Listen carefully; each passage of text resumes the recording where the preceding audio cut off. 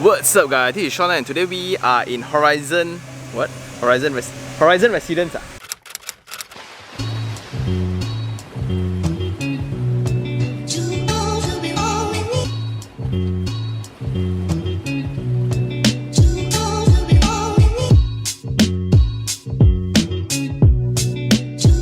this one is Setia Ecohill 1, sandwiching Eco Majestic, then Ecohill 2.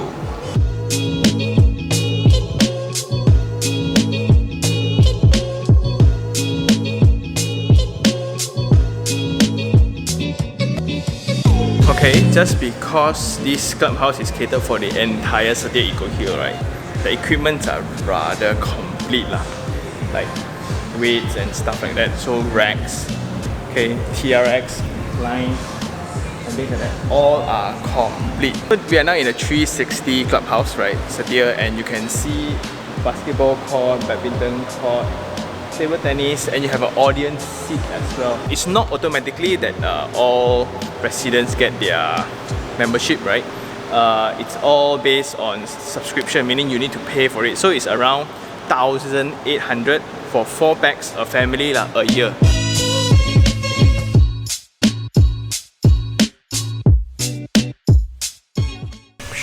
What's up guys, this is Sean and today we are in Horizon Residence, Setia Ecohill, Semenyih.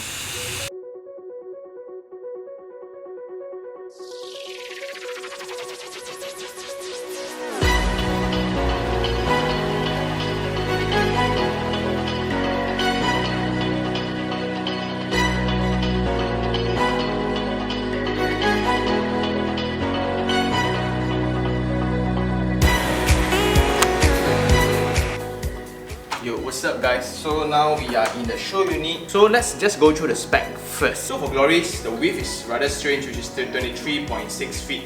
Then for the length itself is 76 feet. Anyway, it's a freehold development, 4 bedroom, 4 bathroom, and let's go. So right from the entrance, right, then you get to a foyer space, and right next to it, which is the living room already. If you can see, this is the living room, and then it's very open. So this is the dining already. And that is the dry kitchen, and then behind is the wet kitchen.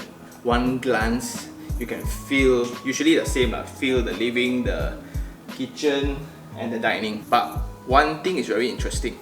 This living feels rather bigger, right?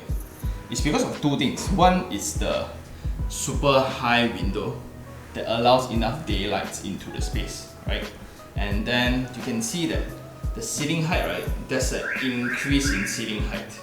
Architecture terms, sometimes we use partition, which are walls to separate space. One more treatment is to actually change the materials of space. Maybe like the dining room is timber, then that one is tiles. But it just doesn't make sense economically unless you're super rich. The one more treatment is actually to use the differentiation of height. Meaning, so like this drop in the ceiling height, right, somewhat represents this is the dining space. So because this is the corner lot, all these are windows which are super amazing. However, be very mindful when you visit show units, these are not going to be like that if it's an intermediate unit.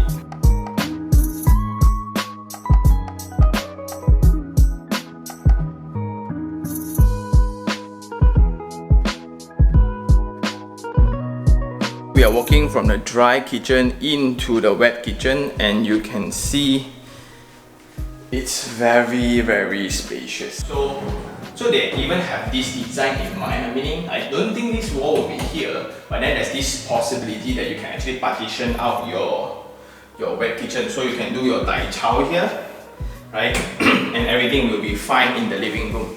So this is the basin, and that's the back alley already.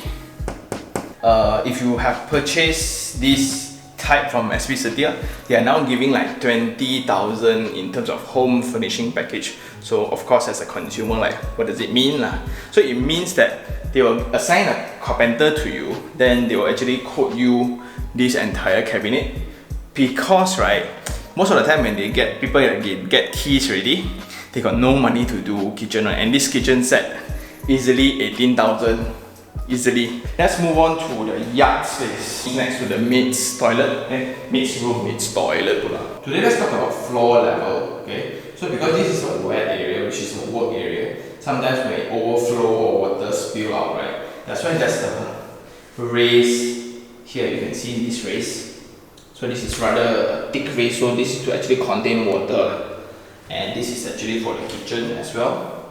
So a kitchen to a living room must always have this drop, just in case overflow happens, right? The floor trap then stuck at the same time, floor trap, then this will be somewhat contain the water from going up to other space. You learned something today. So coming into the ground floor bedroom, queen size bed, right? The only sad thing is this. Okay, so the only sad thing is this window is actually connecting out to the workspace directly lah. And what's the nightmare is going to be is when your washing machine is here, and when it's washing, what happens? Glung glung glung glung glung glung glung glung glung glung. And bathroom, what I like is all tied up, full towel up. Let's go through the spec. Series C, then yeah, there's this pocket for your washing stuff and shower. If you notice this drop that I mentioned, this will not be as friendly if your elderlies are actually sleeping in this room. Please be aware. Right, moving upstairs. And one thing you notice is this raise in terms of the master bedroom. Right? Once you raise up this, right, then this becomes the floor.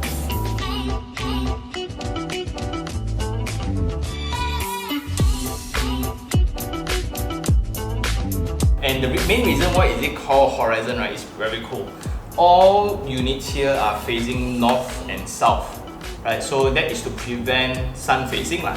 But then the bridge that you come in, right, you can actually see the sunset across the horizon. And then in this residence, there's 3 different types: Grandis, Floris, and Gloris. We are now in Gloris, so the difference is the actual build up. Okay, right next to the family hall, let's check out the bedrooms. As the room is fully extended, this length of room is huge. This is like a master bedroom size for some of the houses that I visited. And you can see it's 3.3 meters high.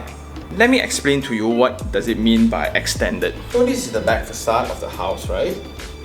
So you can see it's actually flat faced out, meaning they pull out the kitchen and they pull up the upstairs room as well. So there's 2 schools of thought. One is, do you really like more open space?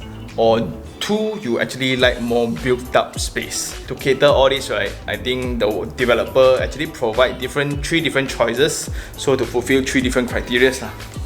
Very smart.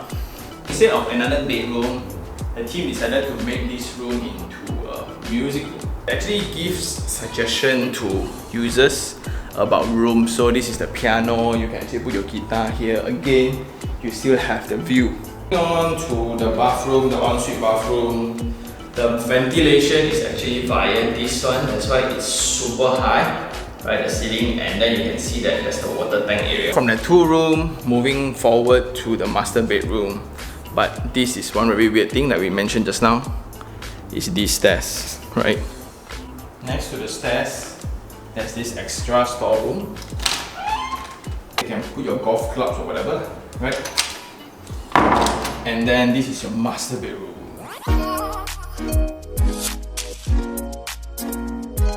My first glance of the master bedroom is I love the window, right? So the height is amazing, but I'm not sure why they put this partition in. Because of the width of the room, I think the developer tried to somewhat suggest more space, that's why they come up with this partition, which I don't really get it lah, right? So then moving on to the walk-in wardrobe, walk-in wardrobe, then to the, ooh, this is nice. Wow, look at the amount of daylight into the toilet. So this is what we talk about, like when daylight, right, actually change the quality of the space. Look at this toilet.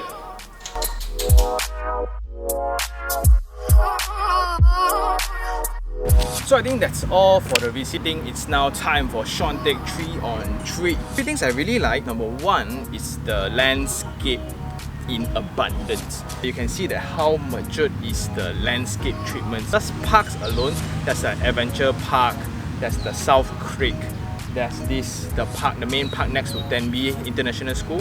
So you have all these different parks, right? So by evening you will see a lot of people. Number two is the afterthought of strata, because this development was a while ago before the new Strata Act came out, right? So the fact that they even introduced house rules, so the titles here of the houses, right, is all individual title, so you can only renovate your house if it's extending to the side, if you're a corner lot, or to the back for the intermediates, right? So there's only the two extensions that is allowed. The facade is required to be remain. So why remain, right? A lot of people say, I pay so much money, why I cannot renovate? It's because the entire overall theme of the development will be preserved so as the value.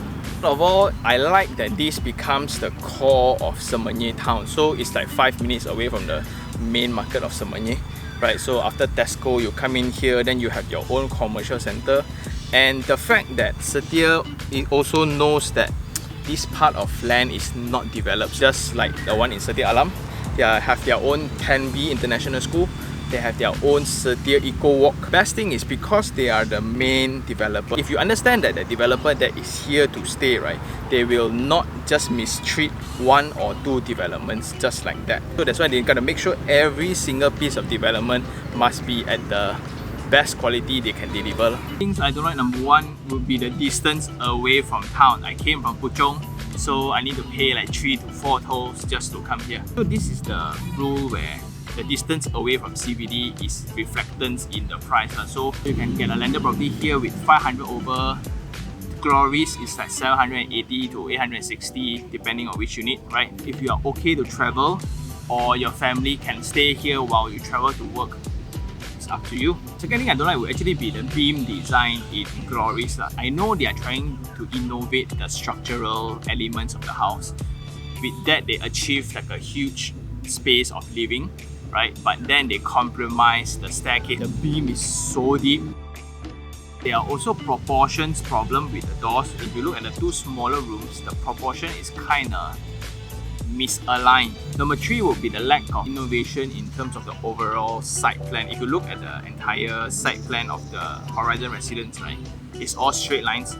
Yes, it is the most effective, most efficient, where the front and back is north facing, so it's actually very good for sun shadings, right? But then it's kind of boring lor. So what they do to innovate is just the sunbird deck, right, which is the landscape in the center of all these rows of houses. If you look at the target audience that they are aiming at, right, it's actually those people who really want to maximize the build-up. The build-up of the house is actually 2,500 plus 2,600 also got, because they maximize both the upstairs and the downstairs. It depends whether you look at it. Also, if you look at landscape design, there are other preference of developers who are doing it way better. But then if you look at efficiency and effectiveness, value for money, this would be it.